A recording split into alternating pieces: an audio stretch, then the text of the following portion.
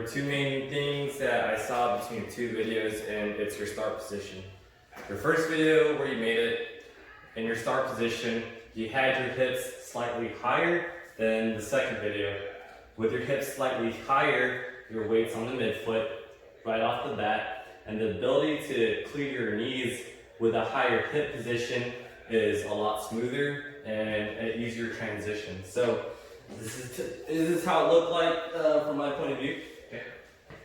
When you started, your start position was generally right here, and when you pulled off the ground, your weight was on the midfoot and you were able to clear your knees pretty well.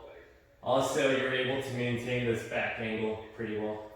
And since you had all the structure going for you, right after the knees, it was a quick transition into the power, and you're able to make the lift. Now, another case, you had a more dynamic start where you had your hips lower and with the weight a little more towards the heels than anything. And so you had this rocking back and forth motion with your upper body so that you could clear your knees. So looking like this, you dipped, you pulled off the ground, and you had to hinge forward to clear your knees, and then you had to rock back to make it happen. Okay? The issue with this is it's a pretty erratic change of angles for your upper body. Okay?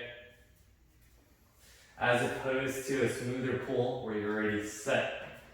Here, boom. Set, boom. Set, boom. As opposed to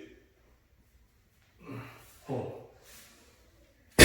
Now, you can have a dynamic start position. There's plenty of weightlifters out there that start off low and break off the floor and are pretty successful with their snatch. Cool Sing Chun from Taiwan, a lot of Chinese weightlifters, Klokov.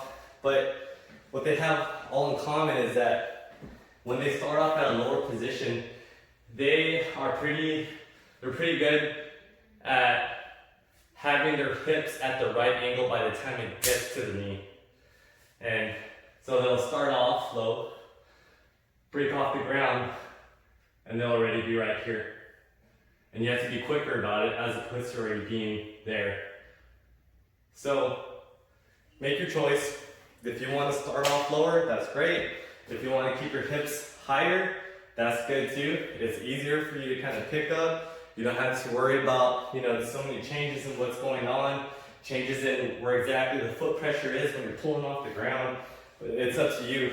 I prefer that you start off with the way you did with the first video, with your hips a little higher, because you're already breaking off the ground and you're already there, as opposed to a dynamic start where you start with the hips lower, and then now you're in a rush to make your hips and position them in the right angle by the time you get to the knees. So if you have any questions, let me know.